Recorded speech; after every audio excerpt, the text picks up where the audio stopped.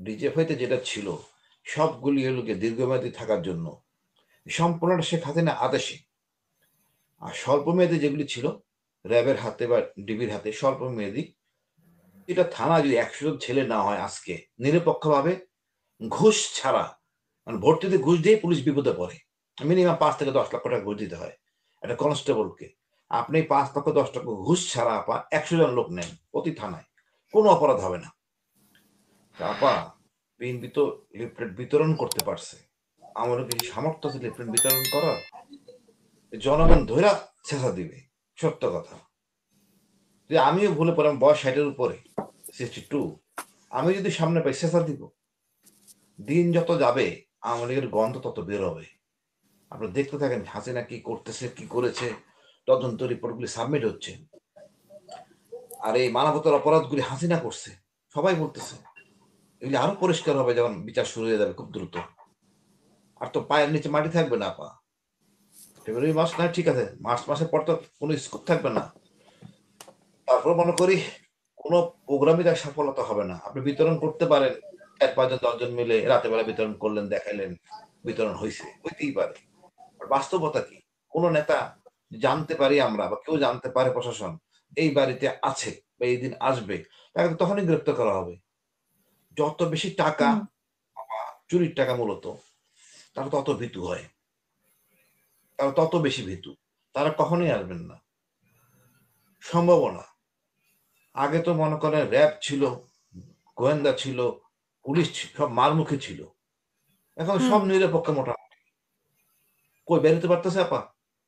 ওই সময় তো লিফলেট বিতরণ করছে বিএনপি, এখন করুক, সব তো নিরপেক্ষ, জনগণই শেষা দিবে আপা। আমি জনগণ বুঝে গেছে, আসলে রিক্সাওয়ালা বুঝে, ভ্যানওয়ালা বুঝে যে কতটা অনৈতিক একটা শাসক ছিল। তো আপনি আবার আশা রাখেন বাংলা জনগণ তো হাসিনাকে চিনছে, ভারতকেও চিনছে। সুতরাং আমার, আমি মনে করি কিছুই করতে পারবে না আপা। অহেতুক চিল্লাচিল্লি করতেছে দেখানোর জন্য। উনি বাস্তব বহির্ভূত, মানে বাস্তবতার বাইরে ছিলেন শেখ হাসিনা। আসলে কি আর উনি বলতেন কি বা ভাবছেন কি, এখন উনি দেখতেছেন যে যেই ন্যারেটিভ উনি ধারণ করেন না কেন, বাংলা জনগণ বুঝে গেছে শেখ পরিবার কি, শেখ তন্ত্রটা কি। এফআইতে যেটা ছিল সবগুলি হলো গিয়ে দীর্ঘমেয়াদী থাকার জন্য সম্পূর্ণটা শেখ হাসিনা আদেশে। আর স্বল্পমেয়াদী যেগুলি ছিল র্যাবের হাতে বা ডিবির হাতে স্বল্পমেয়াদী, টর্চার টর্চার করা হয়তো, খারাপ অবস্থা ছিল। বা ডিজিএফআইতে আমরা দীর্ঘদিন ছিলাম, ভালো ফরম্যাটে ছিলাম, সৈনিকের মেনু আমাদের দেওয়া হতো, চিকিৎসা ছিল, সবই ছিল। বাট কতদিন থাকবেন, কত মাস থাকবেন, কত বছর থাকবেন, সম্পূর্ণ নিয়ন্ত্রণ করতে শেখ হাসিনা। সকল এখন ৫ জন জেনারেল ডিজিএফআই এর ওনাদের নামে ওয়ারেন্ট বের হয়েছে। তারা কি দৌড়াদৌড়ি করতেছে আপা, চেইন অফ কমান্ড কাজ করে নাই। সকল অনৈতিক কর্মকাণ্ড শেখ হাসিনা করছেন চেইন অফ কমান্ড না মেনে, যার জন্য হয়তো বড় সমস্যা। হয়তো অনেক কর্মকর্তা জানেনই না তার অধীনস্থ এই কাজটা করে ফেলছে। হুম। সত্যিকার অর্থে চেইন অফ কমান্ড মেনে কোনো অনৈতিক কাজ করা যায় না।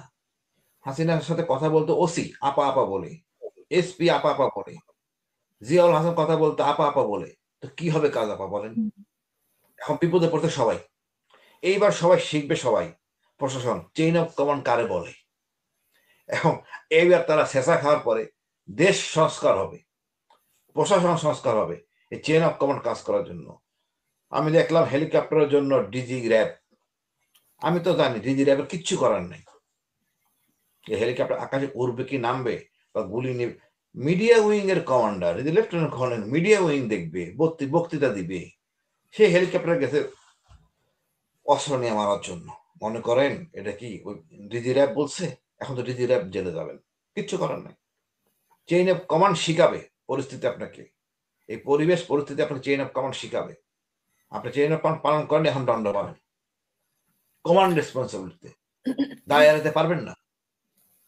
আমাকে মনে করেন আপনার প্রথমবার চাকরিরত অবস্থায় গুম করা হইলো, আপনার কি মনে হয় যে মবিন আমার গুম করছেন বা সে এত এই অন্যায় কাজ করবে? তাকে করতে বলা হয়েছে, এখন সে দায়িত্ব পালনে সে উচিত ছিল, নিয়ম মেনে করেন নাই, তাকে আইনে আশ্রয় আসতে হবে এখন গুমের অভিযোগে। লোকটা ভালো মানুষ, কিচ্ছু করার নাই। সেম তাপা সত্য মামলা ৫ জন, এখন চেইন অফ কমান্ড শোনেন নাই, এখন আপনি দণ্ড হবেন, কিছু করার নাই। আমরা আসলে ওই ঠেকে শিখি, করে না ভাই, আমরা ঠেকে শিখি, ভদ্রভাবে শিখি না। আর না শিখতে না জানেন অন্তত ভালো পরামর্শ দেন, উপদেশ দেন, সেটাও দেন না। আমার বিশ্বাস আপা কিছুই হবে না। অন্য দিনে তারা আপনি কিছু বলছেন নামে যে যদি আমাদের সংস্কার হবে, এই প্রশাসনের সংস্কার হবে পুলিশের। কিন্তু এখনো তো আইন উপদেষ্টাই তো বলছেন যে ৮০% পুলিশের মনে হচ্ছে আওয়ামী লীগ। তো এই ৮০% কলিমুল্লাহ ভাই ঢাকা শহরে থাকেন, আমরা সবাই কম বেশি ঢাকা শহরে থাকি। প্রতিটা থানায় যদি ১০০ জন ছেলে না হয় আজকে নিরপেক্ষভাবে, ঘুষ ছাড়া, মানে ভর্তিতে ঘুষ দিয়ে পুলিশ বিপদে পড়ে। মিনিমাম ৫ থেকে ১০ লক্ষ টাকা ঘুষ দিতে হয় একটা কনস্টেবলকে। আপনি ৫ লক্ষ ১০ লক্ষ ঘুষ ছাড়া আপা ১০০ জন লোক নেন প্রতি থানায়, কোনো অপরাধ হবে না, কোনো কিছুই হবে না। এখন আসিফুল্লাহ যদি নজরুল ৫,০০০ পুলিশ না নিতে পারে ঢাকা শহরে, তাহলে আমার কিছু বলার নাই আপা। হুম, সাধারণ জিনিস। আপনি ঢাকা শহর নিয়ন্ত্রণ করেন, চিটাগাং শহর নিয়ন্ত্রণ করেন, দেশ ঠিক। আর এটা খুবই সম্ভব। একটা থানা এলাকায় ১০০ জন নেওয়া কোনো ডিফিকাল্ট কাজই না। যে ছেলে ওখান থেকে মেট্রিক পাস করছে ওখানেই থাকবে। আপনি এমনি জিনিসটা সমাধান হয়ে যায়। এখন আমরা সমস্যার সমাধান করতে চাচ্ছি না। হুম, ওর কে ফেনসিডিল খাচ্ছে, কে টোকায়, কে পথশিশু সব ওরা জানে এই ছেলেরা। আর ওই স্কুল থেকে সে পড়াশোনা করছে ঢাকার বা হুম। চিটাগাংয়ের। ওই জানেন, এটা তো কোনো ডিফিকাল্ট কাজ দেখি না। এখন আপনার কাজ যদি খালি খালি ডিফিকাল্ট করে ফেলেন তাহলে সমস্যা। আহ, আমি মনে করি জি। আসিফ নজরুল ভাই পজিটিভ, কিনা সমস্যার সমাধান হবে। একটু সময় লাগতেছে, কারণ দিন দিন দৃশ্যমান হচ্ছে, আস্থা বাড়তেছে। আমার মনে হয় সবকিছু বেড়ে গেলে হাসিনা লজ্জা পাবে, আওয়ামী লীগ বলতেই লজ্জা পাবে কেউ। জি।